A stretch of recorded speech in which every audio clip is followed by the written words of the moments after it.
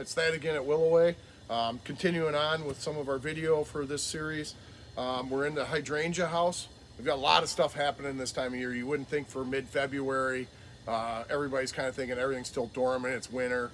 But actually at the nursery here, we're really busy with a lot of different things going on.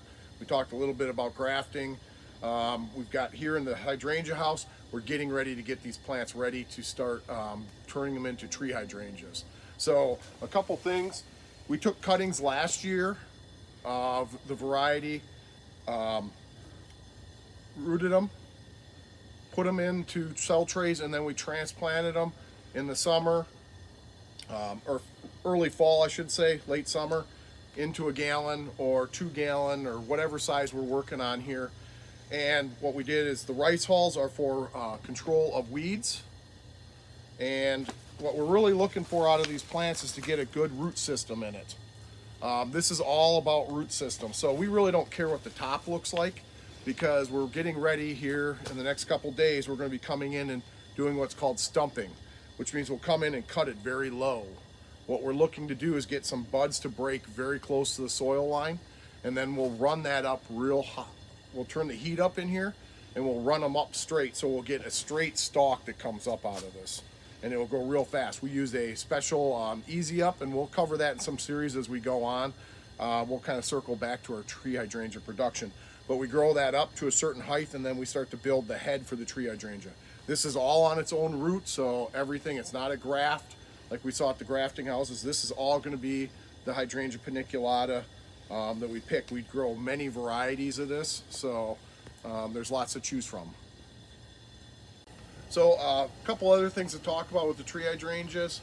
We'll circle back to this a few times, but it's real important to note that there's a process we do. Once we turn the heat up, we'll start to release biologicals. This is cucumis. They're left over from last year.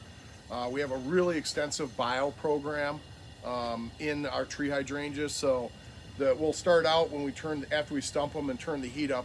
We're going to be using Andersonii, which is good for cold season. They're a little bit more, but we're targeting broad mite. We're also targeting 2-spotted mite that may have overwintered. When we turn the heat up, that they'll come out right away. We do a very rigid scouting program. These are scouted a couple times a week minimum.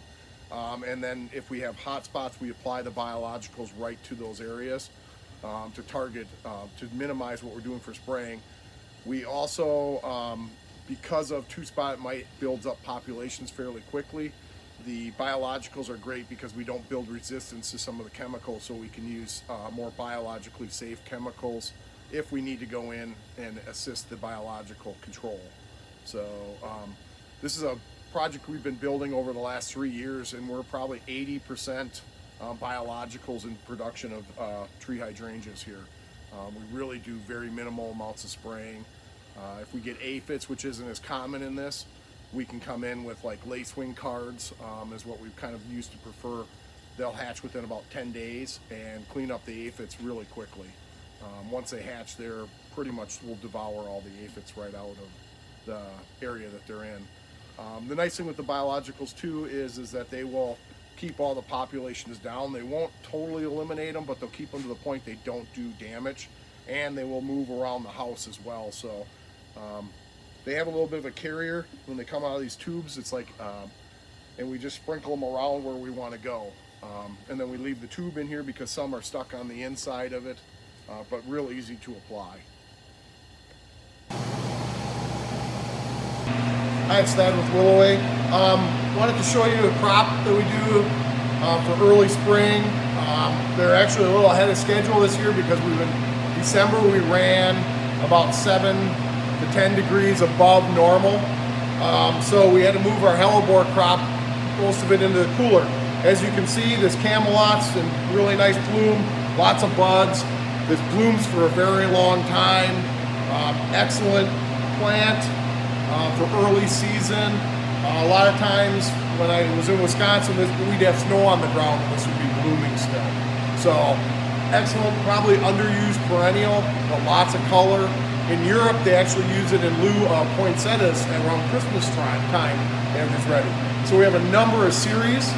So we have Camelot, which is one of our series. There's Frost Kiss, purple. And so one of the things I also wanted to talk about a little bit is they have old foliage, and then you have the new foliage coming up through the middle with the buds. So the old foliage is fine. If it doesn't look nice, we'll trim it off. We usually clean them up a little bit, but we try to leave that older foliage on, which is thicker and more waxy kind of. So, but we're really excited about the root system. We've got a nice root system on them. They're ready to go. Great color in early spring. So wanted to make sure we talk about, we have our coolers ready with them. We have 2 actual areas of our cooler that's full of these in really nice shape. What I know about hellebores is they do need a slightly acidic soil, so it may be something you would amend the soil. They do like shade. They can take some sun. I don't recommend planting it in full sun. I would like a dappled shade because they do like a cool root system. Hi, it's Thad at Willoway. We're in one of our clematis houses here. We forced spring clematis. We have many lines, lots of color. This particular one's Lindsay right here. And we have a lot of stuff going on with trying to get the heat up and get them ready for Mother's Day. So you can see this one started about 2 weeks ago. We turned the heat up, and we have a whole heating regiment that we go through. We did grow these from last year, and one of the things you can see is we got really good root system. So these things will spring up and go. Again, we got the rice hulls and fertilizer in there, and these things will just shoot up. We'll put a trellis on this and build it into a nice, and do several trims on it before it's finished, ready to go to you. But there's lots of colors, lots of selection in clematis. And they're just starting to wake up. You can see them here and there starting to peak up and come. So I'm kind of excited. The crop's really looking good. So make sure you talk to your salesperson and get orders. I think these things are going to fly out. You're looking at flowers upwards of this size, so really great for early spring sales and especially for Mother's Day. So.